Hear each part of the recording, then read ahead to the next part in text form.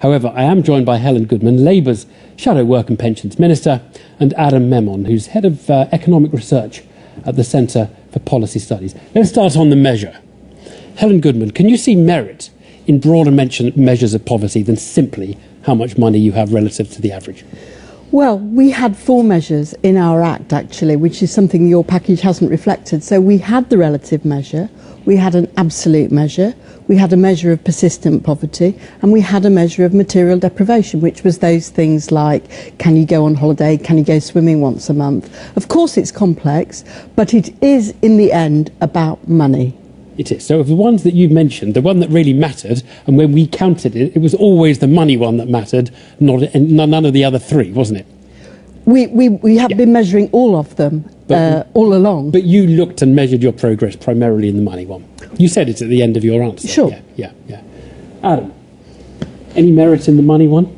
Well, this is not a particularly good way of measuring poverty. As Alfie mentioned in that programme there, what matters is are you able to earn enough to feed your family? Are you able to look after your children? Are you able to have a house with decent conditions? The absolute measure is what's important, not necessarily the relative measure. Now, Helen, of course, you're Shadow Welfare Minister, so you know that if you increase the state pension, that will, under the current measure, make child poverty even worse. Now, that's not a good measure, is it?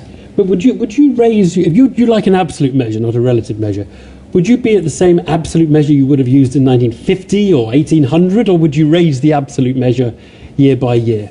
Well, obviously, you have to look at it within the prism of the era, and we probably can't compare ourselves to. So that makes it a relative measure. Well, we've gone back to a relative no, measure. we can't. We can't compare ourselves to the 1800s, can we? Right, but what 1950, 1970, would you have the same one as you would 1990? Well, what matters are the basics. So, are you able to feed your family? Are you able to provide shelter for your children? But would the basics rise each year? Would you count a television as a basic? Because you wouldn't have counted that in 1930. But I would suggest now you would probably count multi-channel TV as a basic, wouldn't you? Well, those things need to be decided in a new measure. But what is, I think the government is talking about right now, is criticising the current measure. There's definitely a case for change. Helen Goodman, your party put in an act, you enshrined all of this in law that said we had to eliminate 90% of, make sure no more than 10% of children were in poverty by 2020. You had never told us how you were going to do it. Do you think you would have actually done it? Well, it's impossible to say, of course, but we were on track to do it. If it's impossible to say, why did you put it into an Act of Parliament? We were on track. I mean, we reduced relative poverty by 1.1 million. We reduced absolute poverty by 1.8 million. What was your plan to get it down, to eradicate it? We wanted local authorities to make strategies to help parents get back into work. We wanted to improve childcare. I mean, a whole array of things go into raising people's incomes, but it doesn't sound like you really had a plan. You had an act which you put in at the end of your period in office. It almost seems like that act was just to embarrass the next party that comes in to say they failed when you wouldn't have succeeded either. We set the target back in 1999. That's when Tony Blair made the original speech.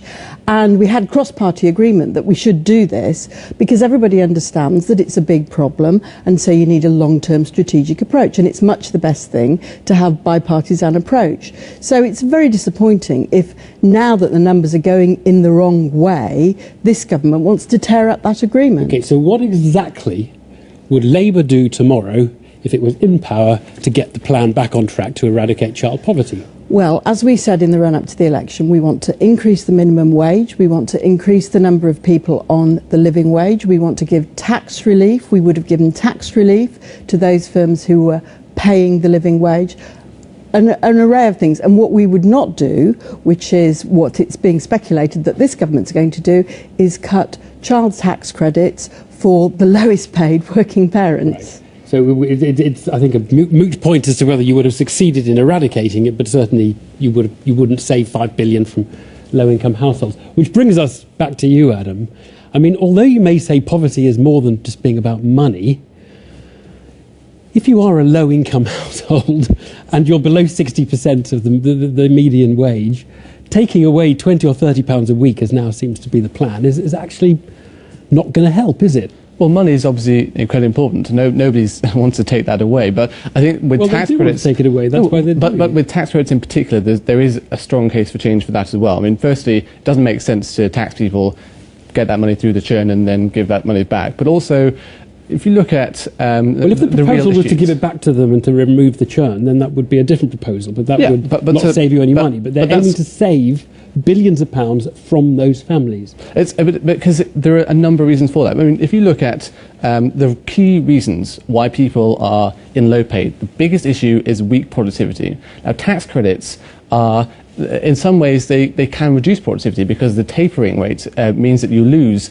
a heck of a lot for every extra pound that you earn. So you're actually not earning much. That damages productivity as well. But the key issues, whether it's skills, whether it's regulation, whether it's education... That's going to take years to change, isn't it? I mean, you're not going to change that.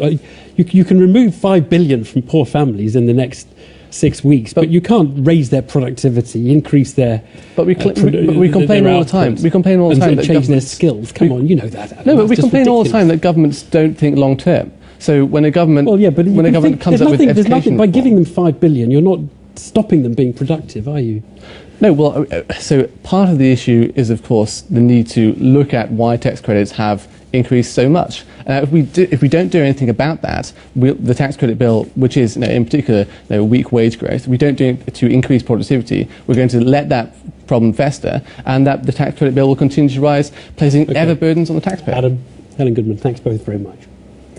Now.